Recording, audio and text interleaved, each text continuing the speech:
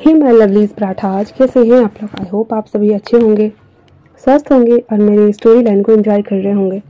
तो जो कोई भी मेरे चैनल पे नया आ रहे हैं, प्लीज़ मेरे चैनल को लाइक शेयर सब्सक्राइब करना मत भूलेगा। और अगर आप लोगों को मेरी स्टोरी लाइन, उसके प्लॉट्स पसंद आते हैं तो प्लीज़ मुझे कमेंट्स कीजिएगा। कभी कभी मेरी स्टोरी थोड़ी लंबी और थोड़ी बोरिंग भी लगती है, क्योंकि मैं स्टोरी के कंटेंट के प्रति कोई कॉम्प्रोमाइज़ नहीं करती हूँ। और एक इम्पोर्टेंट नोट, आप सबको लग रहा होगा फर्स्ट पार्ट में जैसा कि इंटीमेट वाला सीन दिखाया है मैंने, तो देखो, जो अंडरवर्ल्ड से बिलोंग करेगा, जो रूल करता होगा दुनिया पे, या फिर जो अंडर एजेड होगा, क्या वो सिंगल लाइफ बिताएगा? बस मुझे इतना बताओ। मैं नहीं जानती कि गांव में या फिर अदर साइड एरिया में लोग किस तरह से जीवन यापन करते हैं, लेकिन शहरों में ये सब आम है। दिल्ली मुंबई जैसे शहरों में रोज रात को पार्टीज करना, हुकअप करना, क्लब जाना, ये सब नॉर्मल है। किसी के साथ वन नाइट स्टैंड करना, ये भी बहुत नॉर्मल है। हाँ, मैं जानती हूँ इससे बहुत सारे लोग दुखी होंगे, पर जिस जगह पे आप बिलोंग करते हो और जिस जगह पे ये होता है, वहाँ पे जमीन और आसमान का अंतर है। एक सोसाइटी जहाँ पे ये सब नॉर्मल माना जाता है और एक सोसाइटी जहाँ पे इन सबको पाप माना जाता है। मैं ऐसे सोसाइटी से बिलोंग करती हूँ जहाँ पे ये सभी चीज़ें नॉर्मल होती है। हाँ, ये अलग बात है कि अपने वजूद को खतरे में डाल के हम किसी के साथ इंटीमेट नहीं हो सकते हैं।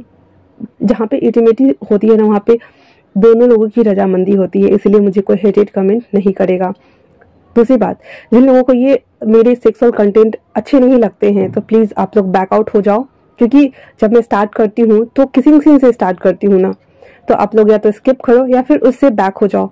इस तरह से लिखना कि इंटीमेट सीन को ज़्यादा प्रेफर करना और लॉयल्टी और लव को नहीं दिखाना। अगर मैं दिखाने लगी ना क्लासिकल स्टोरीज, तो आप सब बोर हो जाओगे।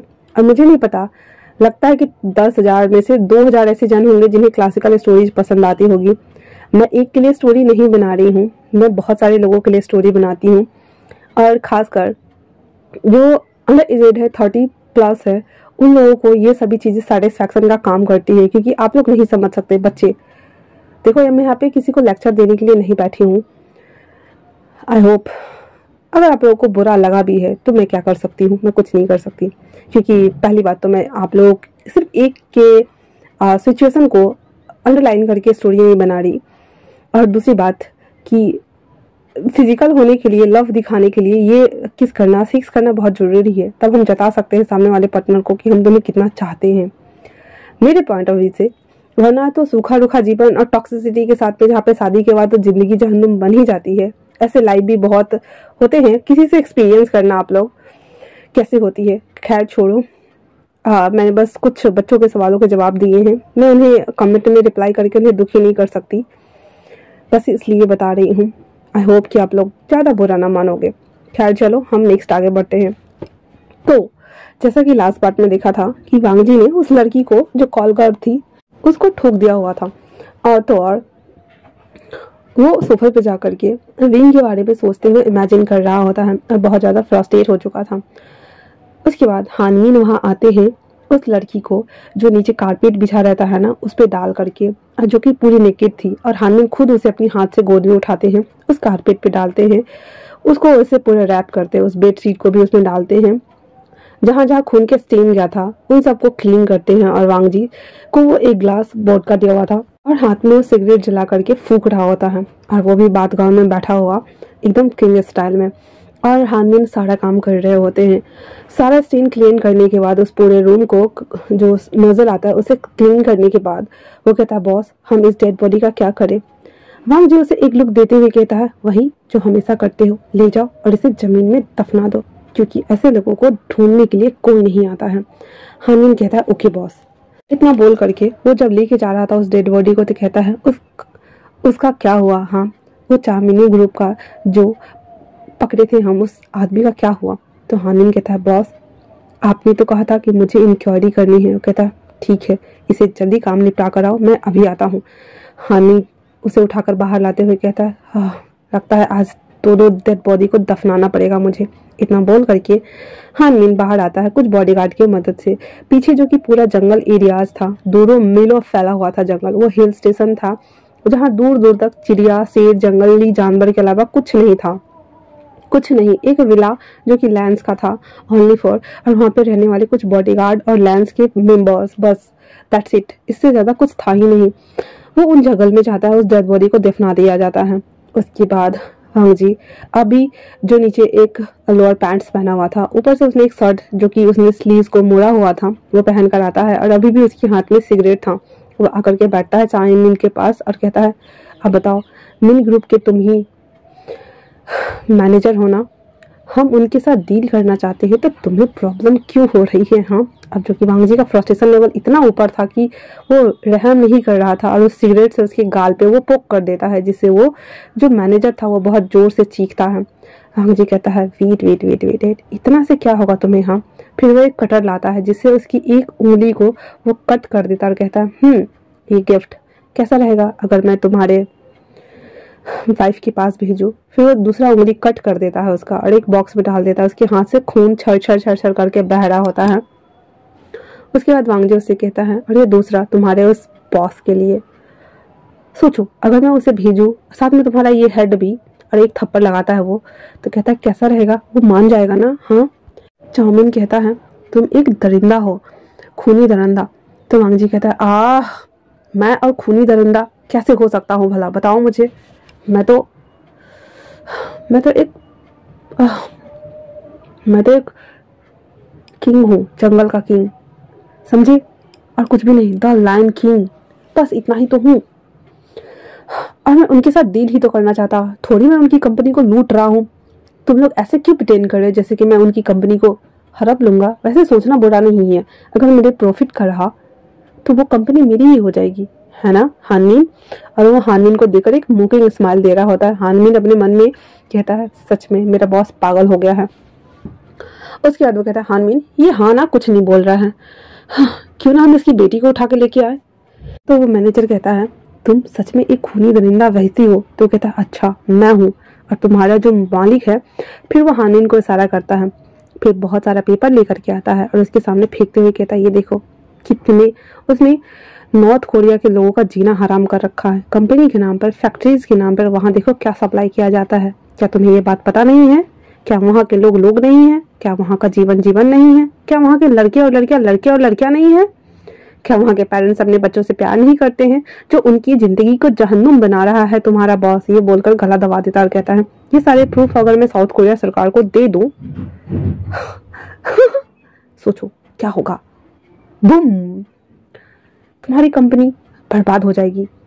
वो कंपनी वैसे भी मुझे मिलनी थी, ऐसे भी मुझे मिल रही है, तो सोचो ना, अगर मैं लेता हूँ तो इन सभी चीज़ों को मैं दबा दूंगा और वहाँ पे हम अच्छे काम करेंगे ताकि हम लोग का रेपुटेशन बना रहे, है ना? और ऐसा बोल करके वो सिगरेट को दोबारा से उसके हाथ के ऊपर पोक करता है, जिससे वो मैनेजर चीखता और कहता है, मैं समझ गया, मैं जाकर के बात करता हूँ। हांग जी कहता है, गुड बॉय। इतना बोल करके वो हानमिन को कहता है, इसे सही सलामत कोरिया पार्सल कर दो, ठीक है ना? और साथ में कुछ पेपर्स भी। हानमिन समझ गया था कि नेक्स्ट उसे क्या करना है। हानमिन अपना पसीना पोंछते हुए आता है, उस सॉक्स को खोलते हुए कहता है, थैंक गॉड तुम बहुत लकी निकली, बच गए, वरना हमारे बॉस तो तभी पीछे से आ रहे। Wait a minute.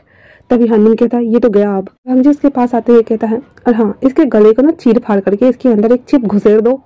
हानमिन कहता, व्हाट सर? हांग जी कहता, मैंने कहा इसके गले के अंदर एक चिप लगाओ ताकि ये जो भी बोले, जो भी कहे, हमें पता चले। हानमिन कहता है, ओके बॉस, मैं समझ गया। और वो दोनों एक दूसरे को देख रहे होते शॉकिंगली। वो मैनेजर बेचारा उसकी अंतरात्मा तक रो रही थी और कहती है, मैं कहाँ फंस गया। वांग जी वहां से चला आया हुआ था और गाना गुनगुनाते हुए आ रहा था पागलों की तरह। हानमिन कहता है उससे, टेंशन मत लो, तुम्हें छोड़ दिया मेरे बॉस ने, यही काफी है। वैसे वो सबको टपका ही देते हैं। और अपने मन में कहता है, अभी एक बेचारी लड़की को टपका दिया।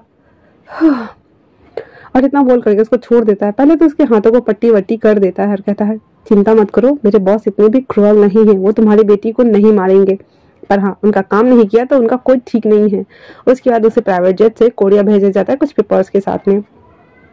रानी जब अंदर आ रहा होता है तो उसके अंकल बैठे हुए थे और कहते, हो गया, तसल्ली मिल गया, अब किसको मार के आ रहे हो? वांग जी आके बैठता और कहता, अंकल, और सीधे अंकल के गोद में अपना सर रख देता है और कहता है, उसके हाथों को अपने सर पे लेते हुए अपने हाथ से टैप टैप करवा रहा था और कहता है, मैंने उसे नहीं मारा, उसकी फैमिली है अंकल, उसकी बेटी है, उसकी वाइफ है, मैं उसे मार दूंगा तो उसकी फैमिली का क्या होगा अंकल? फिर वो देखते हुए कहता है, मैं इतना क्रूरल नहीं हूँ, आप जानते हो ना। हाँ, प्लीज मुझे सुला दीजिए, मुझे कमरे में नींद नहीं आ रही है, वो ब्लड के स्टेन दिखते हैं मुझे। हाँ, और इतना बोल करके वो वहाँ पे ये किया हुआ था। अब अंकल किरण जो कि हाँ, ऐसे करते हुए दोबारा से उसे टैप टैप करना शुरू करते हैं और वांगजी देखते ही देखते थोड़ी देर में सो गया था। वो जब सो जाता है तो कहता है, एक तरफ जहाँ तुम्हारा एक डेविल अवतार है जिसे देखने के बाद हम सबको डर लगता है, वहीं दूसरी तरफ ये तुम्हारा बच्चों वाला एक्ट। क्या होगा तुम्हारे फ्यूचर पार्टनर का वांगजी? इतना बोल करके उसको टैप टैप कर रहे होते हैं। वहीं जब ये सो गया था तो सीचन बाहर आते हैं और कहते हैं, अंकल क्या ये सो गया? तो किरण कहता है, इसे उठा करके रूम में रखा। कहता है सीचन, अंकल इसे अपने रूम में फिर से नींद नहीं आएगी, लाइए इसे मैं अपने कमरे में ले जाता हूँ। इतना बोल करके सीचन वांगजी को गोद में उठाता है, जो कि बहुत ज़्यादा हैवी था पर आदत हो चुकी थी उसकी। उसके बाद उसे उठा करके अपने बेबी ब्रो को रूम में लेकर के आता है और अपने बेड पे लिटा देता है।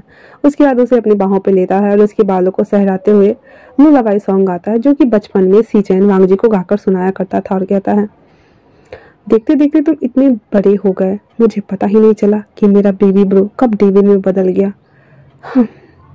मैं जानता हूँ हम सब इसी फैमिली से बिलोंग करते हैं और सारा काम तुमने अपने ऊपर ले लिया और इसी वजह से तुम इतने ज़्यादा और भी रूड और कोल्ड होते जा रहे हो वांगजी। कभी तो अपने एक्सप्रेशन को एक्सप्रेस किया करो और अपने लिए स्टैंड लो। क्यों फ्रस्ट्रेशन निकालते हो सभी पे? कभी तो प्यार से पीस आओ मेरे भाई। इतना बोल करके बेबी ब्रो के फोरहेड पे किस करता है और कहता है, गुड नाइट, अच्छे सपने देखना ताकि कल तुम्हारा फ्यूचर पार्टनर मिल जाए तुम्हें। और इतना बोल करके अपने भाई को कंबल से टक करता है और वो खुद भी सो जाता है, नींद की गहराई में उतर जाता है। वांगजी जो कि सो चुका था, तभी उसे एक सपना आता है जिसमें विंग उसके पास आता है और कहता है, लान वांगजी, लान वांगजी, लान वांगजी, लान वांगजी, लान वांगजी। और वांगजी के फेस पे स्माइल थी और वो सपने में उतर चुका था। पहली बार ऐसा था कि सीचन के रूम में होने के बावजूद भी वो सीख से सो नहीं पाता था और रात में कितनी बार उठ जाता था, लेकिन अभी वो स्माइल करते हुए नींद के गर्त में जा चुका था और उस सपना को वो देखे जा रहा होता है। कंटिन्यूअसली अपने इमेजिन को उसमें घुसा घुसा के देख रहा होता है वो। अगले दिन मॉर्निंग के टाइम पे जो कि इन लोगों का मैच खत्म हो चुका था, अब हम विंग की तरफ आते हैं और उन लोग घर आने के बाद सारा मस्ती मजाक करने के बाद रात को एक साथ ही खाना बनाते हैं, जो कि वहाँ पे सभी लोग रहा करते थे ओनली फॉर वनकिंग को छोड़ करके और लिसा भी। तो वो सभी लोग कपड़े चेंज करके बैठी हुई थी, तो विंग उसे पूछता है, तुम्हारा अपॉइंटमेंट था ना, क्या हुआ? तो वो लिसा कहती है, कुछ नहीं, काम हो गया, थोड़ा टेंशन है पर कोई ना। फिर भी कुछ पूछता नहीं है और कहता है, चलो खाना खाते हैं। और वो लोग ऐसे बातें करते हुए मस्ती करते हुए खाना खाते हैं। एंड देन सभी लोग अपने अपने कमरे में जा करके गेम खेलना शुरू कर चुके हुए थे और सभी लोग एक एक कैरेक्टर बने हुए थे। विंग, लीसा और मी हेसंग सभी लोग गेम खेल रहे थे और हमारा जियांग चेंग रंकिंग से बात करने में लगा हुआ था। वहीं दूसरी तरफ रंकिंग वो थोड़ा टेंशन में थी, इसलिए कहती है, जियांग चेंग क्या तुम अपने फादर से बात नहीं कर सकते हमारी शादी को लेकर के? तो जियांग चेंग कहता है, बट उन्हें कैसे मनाए हम, और ऊपर से अंकल आंट भी नहीं है जो हमारा सपोर्ट करे। और वो विंग के फादर और मॉम की बात कर रहे हैं। यहाँ पे विंग अपने फादर और मदर का बेटा है और जियांग चेंग और यानी अपने फादर मदर का बेटा है। तो जियांग चेंग कहता है, हमें आने तो दो, थोड़ा सा टाइम तो दो, फिर हम लोग एक साथ बैठेंगे एंड देन बात करेंगे। रंकिंग थोड़ी परेशान लग रही थी और कहती है, मेरे फादर को लग रहा है हमारे बारे में पता चल गया है, तुम कुछ करते भी नहीं हो, वो क्या हो हमारी शादी होने देंगे? तो जियांग चेंग कहता है, अरे यार मैं अपनी कंपनी का फ्यूचर सीईओ होने वाला हूँ और तुम टेंशन ले रही हो, ऐसा थोड़ी होता है। तो रंकिंग कहती है, मैं सीईओ की बात नहीं कर रही हूँ, क्या डैड तुम्हारे साथ रिश्ता करेंगे? मुझे नहीं लगता। और वो लोग इसी बात पे डिस्कस कर रहे होते हैं और इस तरह से वो रात बीत जाती है। अगले दिन मॉर्निंग के टाइम पे विंग जो कि अभी भी घोड़े बेच के सो रहा होता है, तभी लिसा के फोन पर कॉल आता है और वो कहती है, क्या ऐसा? नहीं डैड, मुझे नहीं जाना यहाँ से, मैंने अप्लाई किया है, मैं यहीं पर रह के कुछ कर लूंगी ना डैड। और वो ऐसे बोलते बोलते हॉल में आती है जहाँ पे नीहेसंग उठ के आया हुआ था और कहता है, लीसू क्या होगा तुझे? लीसू कहता है, कुछ नहीं सारा। मैं गैलरी में चली जाती है। बहुत देर तक इधर से उधर से बात कर रही थी, फ्रस्ट्रेट लग रही थी। नीहेसंग कहता है, इसे क्या हो गया? फिर वो उठता है और कॉफी बनाना स्टार्ट करता है। जियांग चेंग भी आ गया था, मुंह उठा करके और कहता है, उसे क्या हुआ, वो टेंशन में काई दिख रही है? तो नीहेसंग कहता है, मुझे नहीं पता ब्रो, वैसे भी तुम्हारा क्या, तुम्हारी आंखें ऐसे पांडा की तरह क्यों दिख रही है? क्या तुम रात भर हाँ हाँ। तो जांगचेन कहता है नहीं यार, हाँ प्रॉब्लम हो गई है। नीहू कहता है ऐसा क्यों लग रहा है कि हर तरफ से प्रॉब्लम ही आने वाली है। तो विंग कहता है क्या हुआ, किसने इसकी भैंस वापस चुरा ली। जांगचेन मारते हुए कहता है वो भैंस में जाती है तुझे। तो विंग कहता है मैं उसकी बात थोड़ी कर रहा था, वैसे तूने बोला तो होगी। और इतना बोल करके वे करके भागता है, वो जांगचेन उसके पीछे भागता है। और नीहू कहता है अरे रुको, सुबह हुआ नहीं कि तुम दोनों का फिर से शुरू हो गया। अब विंग तकिया मार रहा, फ्लावर वास मार रहा, इधर से वो मार रहा, इधर से ये कर रहा। बीच में नीहे संग आया और उसे सीधे से धम एक फ्लावर वास जाके लगते हुए वो सीधे डम गिर गया। तभी लीसू भाग करके आते क्या हो गया। तो नीहे संग अपना सर पकड़ के बैठते हुए कहता है इन दोनों के बीच में हमेशा मैं फंसता हूँ, मैं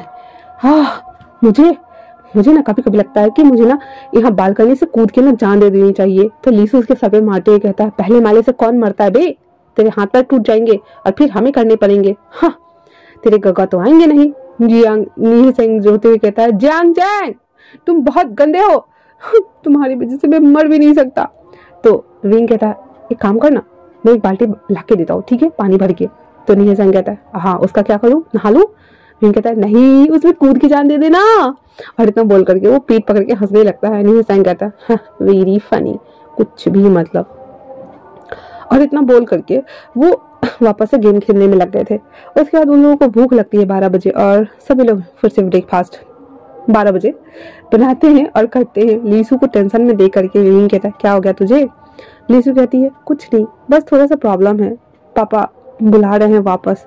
तो विंग और जांगचेन दोनों कहती है ये तो अच्छी बात है ना, तुम वहां जाओगी तो तुम्हारा लाइफ अच्छा रहेगा, वैसे साउथ कोरिया जाना चाहिए ना तुम्हें। तो लीसू कहती है पर मैं वहां नहीं जाना चाहती, मैं अगर चली गई तो तुम दोनों को मिस करूंगी ना। तो विंग और जांगचेन दोनों कहता है वैसे भी तुम यहाँ पढ़ने आई थी, कभी न कभी तो तुम्हें लौटना ही था। तो लीसू विंग का हाथ पकड़ते हुए कहती हे तुम मुझसे शादी कर लो ताकि मैं यहीं रह जाऊं। हाँ ये अच्छा आइडिया रहेगा। विंग कहता वेट वेट वेट, तुम्हें पता है ना I am not interested in a girl. वैसे मैं बॉयज में भी इंटरेस्टेड नहीं हूँ, मैं तो अपना स्पेशल समवन ढूंढ रहा हूँ जो कि मेरे लिए लॉयल हो और सिर्फ मेरे लिए ही बना हो।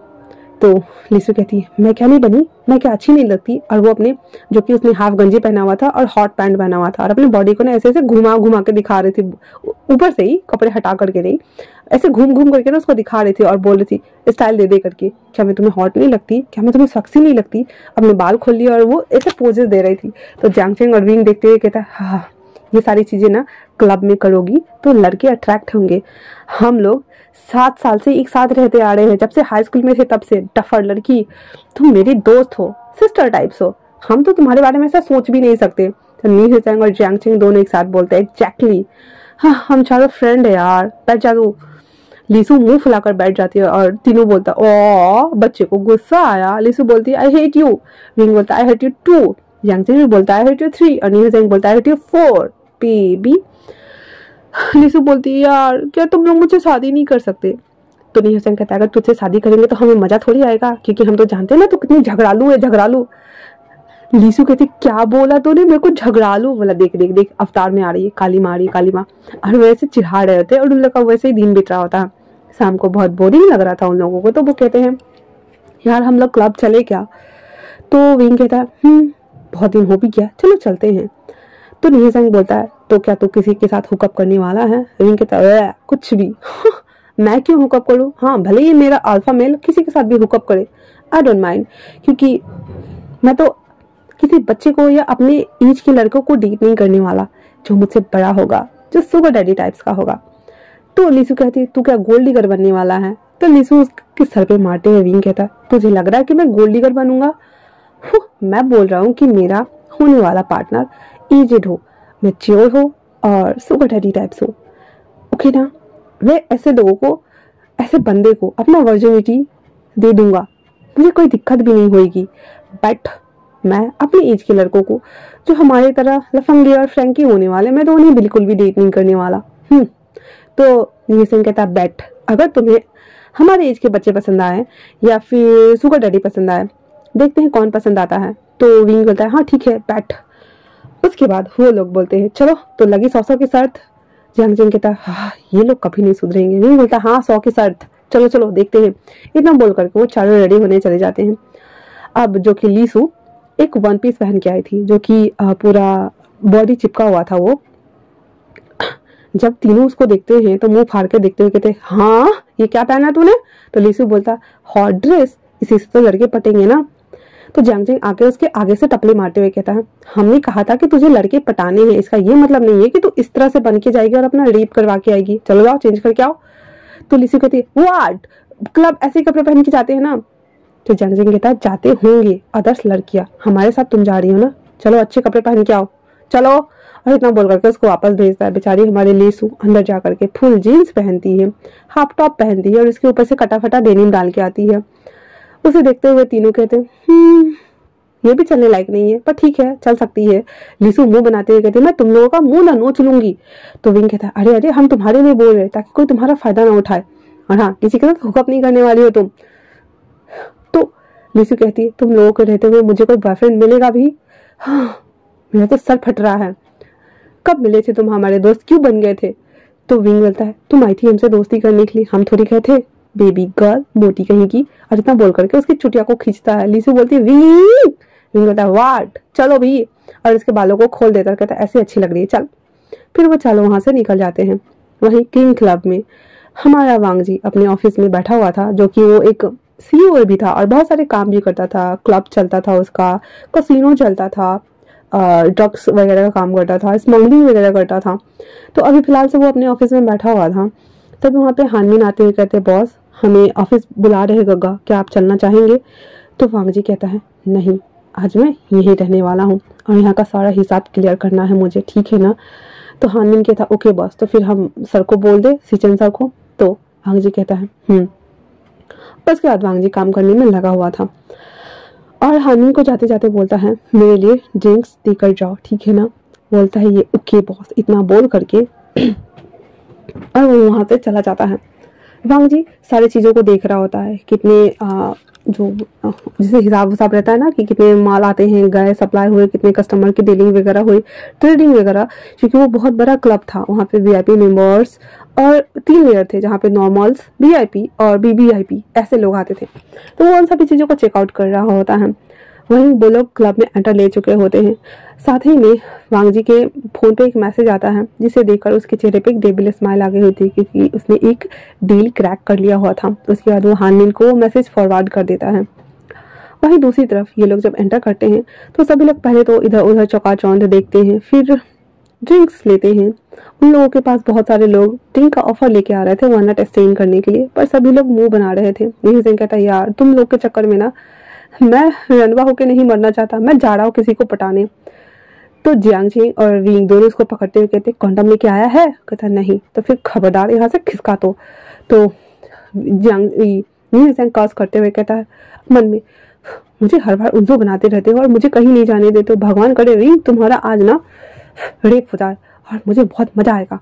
फिर कहता है, सॉरी दोस्त, मैं तुम्हारे बारे में बुरा नहीं बोलना चाहता, पर मैं करना चाहता हूँ यार। और इतना बोल के वो फर्स्ट डेट हो रहा था। तो जियांग जिंग कहता, ओके ओके ठीक है, तुम किस कर सकते हो, ब्लोज अप कर सकते हो, इससे आगे कुछ भी नहीं, ठीक है ना? जियांग जिंग कहता, ओके